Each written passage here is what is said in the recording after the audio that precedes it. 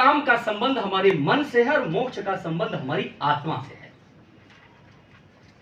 यही चार हमारे शरीर में है और इन्हीं चार से इन चार का हम संचालन करते हैं।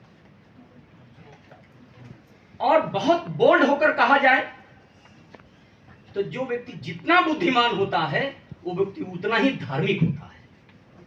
इसका प्रमाण भी देता हूं मैं। हमारे देश में सबसे अधिक बुद्धिमान कौन थे?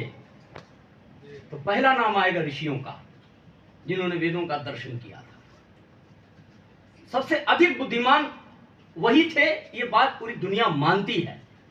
इसीलिए वो सबसे अधिक धार्मिक भी थे, धर्म के स्वरूप को जानते थे।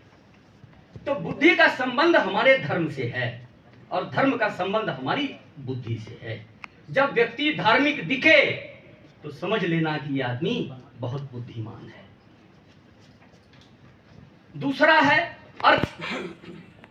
अर्थ का मुझे आज अर्थ पर ही अधिक बोलना है, ऐसा भाई शशि जी ने मुझे आदेश किया था कि आप अर्थशास्त्र पर ही रहेंगे। दूसरा विषय है अर्थ का। अर्थ का संबंध हमारे शरीर से है। विघ्न जरूर आएंगे। संबंध हमारे शरीर से है। अब शरीर हम धारण कब करते हैं? जब माता के गर्भ से बाहर आते हैं। तब से लेकर जब तक हमारा अंत नहीं हो जाता, भस्मीभूत नहीं होते, तब तक शरीर रहता है। और शरीर का मतलब अर्थ पर काम होता रहेगा। इस अर्थ के दो पक्ष हैं, एक आध्यात्मिक और एक भौतिक। आध्यात्मिक पक्ष उपनिषदों में वर्णित है, उसको पहले बताता हूं, बाद में हम भौतिकता में आएंगे। शरीर का निर्माण करने के बाद जब ब्रह्म ने उस आत्मा के बाद इसमें जब प्राण की उत्पत्ति की, कबंधी ने जब पूछा था पिप्पलाद से कुतो वा प्राणः जायते, तो कहते हैं आत्मनः प्राणो जायते। आत्मा से प्राण की उत्पत्ति होती है। तो आत्मा शरीर में, तो शरीर के मां के गर्भ से बाहर आने से पहले आत्मा इसमें प्रवेश कर जाती है। जब वो आत्मा प्रवेश कर जाता है तब वो प्राण को उसमें डालता है।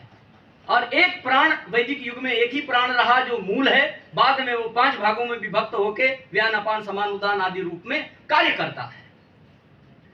फिर उसके आगे इंद्रियां विकसित होती हैं, मन होता, बुद्धि आती है, बुद्धि से मन, मन से इंद्रियों की उत्पत्ति होती है, बाद में शरीर में उनका विस्तार होता है। अब शरीर के आने से पहले ये सब आ गए, आत्मा भी, प्राण भी, बुद्धि भी, मन भी, इंद्रियां भी। अब जब इनमें पहले ही झगड़ा चल पड़ा, झगड़ा इस बात का कि मैं श्रेष्ठ की मैं श्रेष्ठ।